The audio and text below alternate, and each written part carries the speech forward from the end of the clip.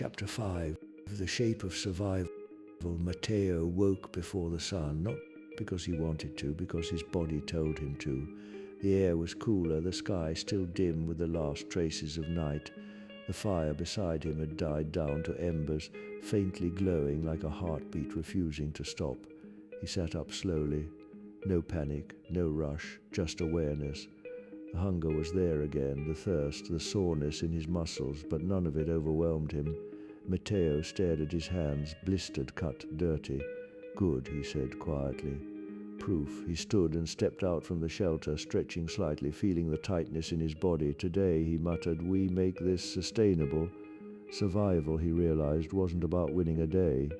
It was about building something that could repeat system. That word came back to him like an old friend. He walked toward the stream again, slower this time, observing everything, the ground, the trees, the paths, patterns.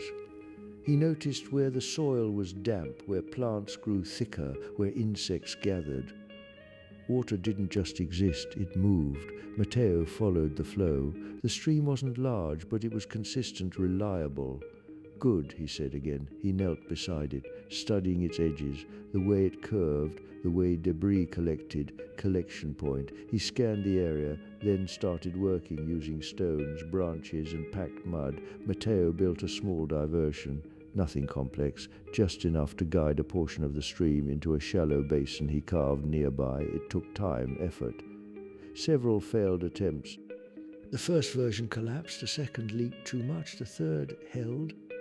Water pooled slowly, controlled. Matteo leaned back, breathing heavily. Not perfect, he said, but again, better.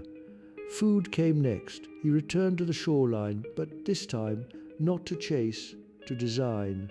Matteo studied the crabs again, their paths, their timing, where they slowed, where they hid. Predictable, he whispered. He gathered small rocks and created a narrow funnel along the sand, guiding movement toward a tight space where escape would be harder.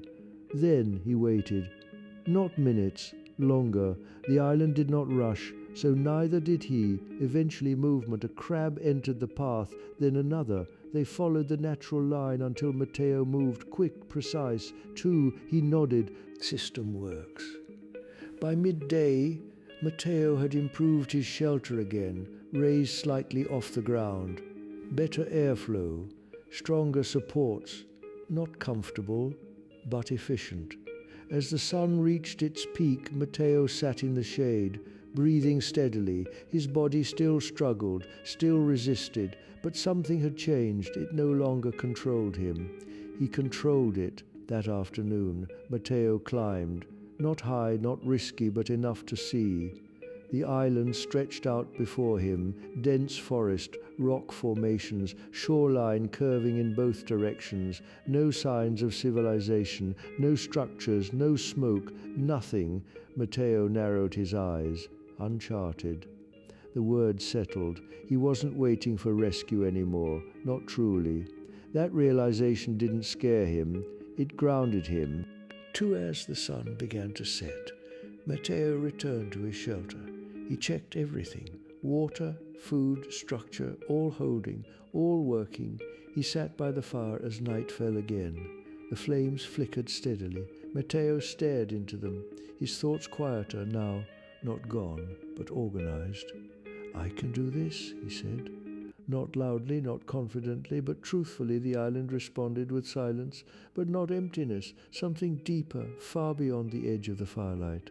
Claudius watched, still unmoving. The human had done more in 2 days than others had done in weeks. No panic, no collapse, only adaptation. Claudius's gaze narrowed slightly. Interesting, he said softly. Not admiration, not yet, but no longer dismissal. Back at the shelter, Matteo lay down once more. To the fire warm, the systems working. And for the first time he did not think about the world he had lost, only the one in front of him, and how to build it better tomorrow.